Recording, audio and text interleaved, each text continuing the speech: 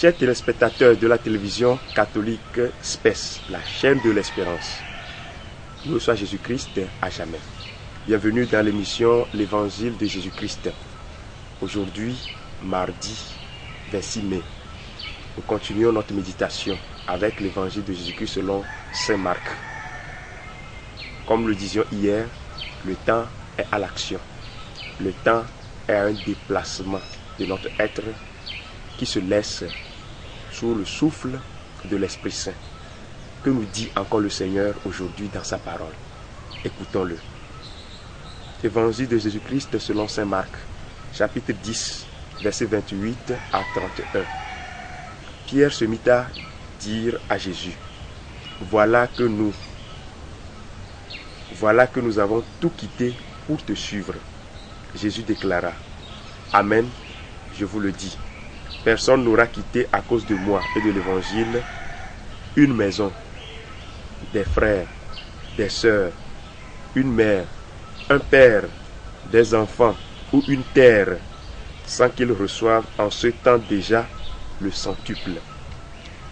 Maison, frères, sœurs, mère, enfants et terre, avec des persécutions, et dans le monde à venir, la vie éternelle. Beaucoup de premiers seront derniers, et les derniers seront les premiers. Acclamons la parole de Dieu. Louange à toi, Seigneur Jésus.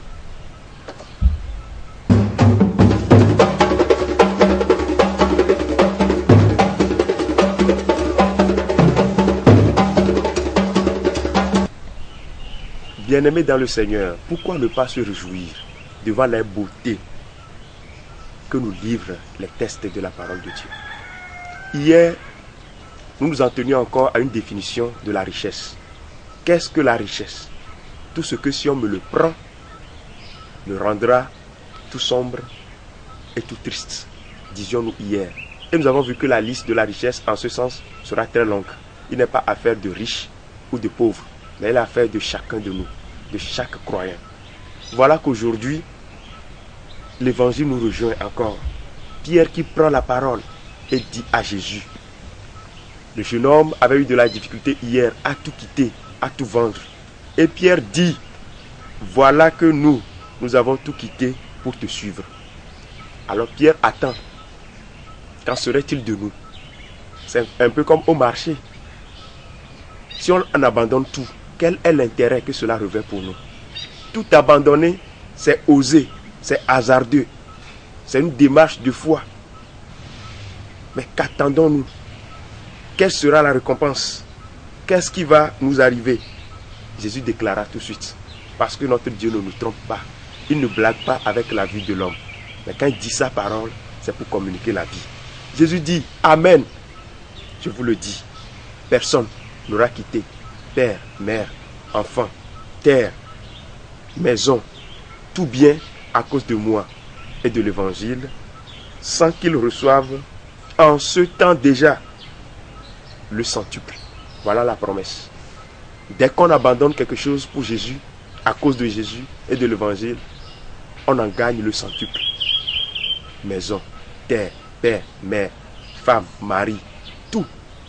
On en gagne le centuple. Mais Jésus précise avec les persécutions ici et dans la vie et après notre mort, la vie éternelle.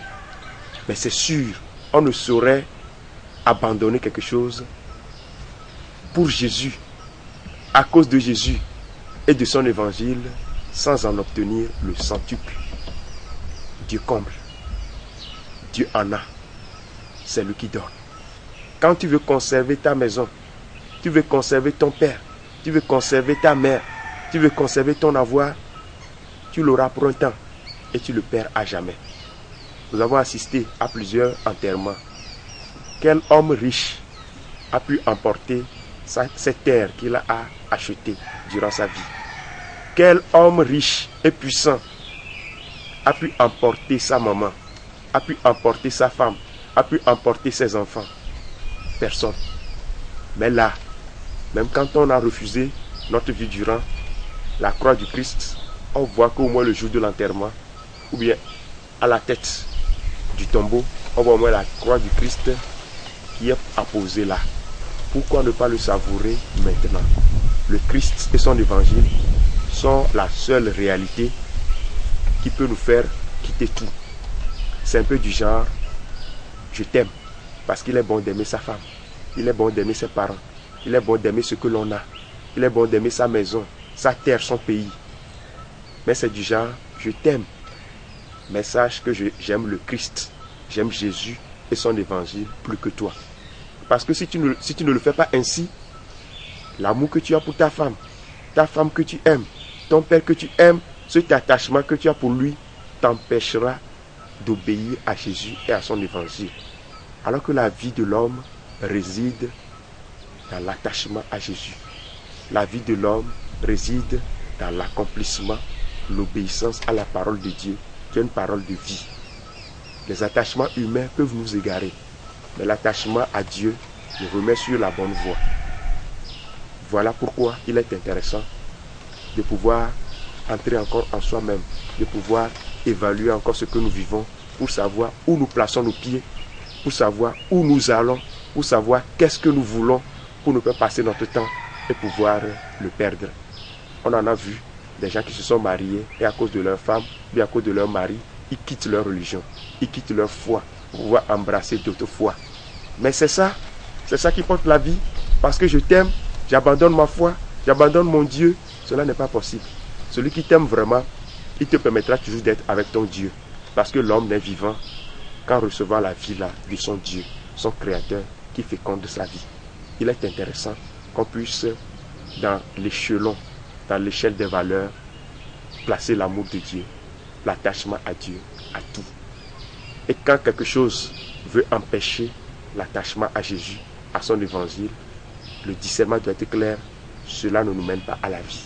Parce que ce qui nous mène à la vie nous attache à Jésus et à son évangile. Prions pour tous ceux qui vivent ces situations difficiles-là en ces temps. Ceux qui, à cause des réalités humaines, ne peuvent plus appeler le nom de Dieu, ne peuvent plus appeler le nom de Jésus, ne peuvent plus confesser leur amour pour Jésus. Ceux qui ne peuvent plus adorer Jésus, ceux qui ont reçu le baptême, mais aujourd'hui à cause du mariage, ou bien de telles situations sociales, ou à cause de tels privilèges, ou à cause de tels conditionnements sociaux, ne peuvent plus adorer leur Dieu librement. Nous pensons également à toutes ces terres, sur cette terre-là, à toutes ces contrées où on ne peut pas adorer Jésus librement. On doit l'adorer en clandestinité. Jésus l'a assuré, ils ont déjà obtenu le centuple avec les persécutions. L'Esprit est là pour nous aider à traverser tous ces moments de persécution. Mon père peut me persécuter, ma mère peut me persécuter, mon mari peut me persécuter, ma femme peut me persécuter, mon enfant peut me persécuter, mon pays peut me persécuter, le pouvoir politique peut me persécuter, même les chefs religieux peuvent me persécuter. Mais quand je m'attache à Jésus et à son évangile, je sais que je suis sur le bon chemin et j'aurai la vie. Que Jésus lui-même nous comble encore, comble nos cœurs, féconde nos cœurs par la présence de son esprit tout au long de cette journée et tout au long de notre vie. Amen.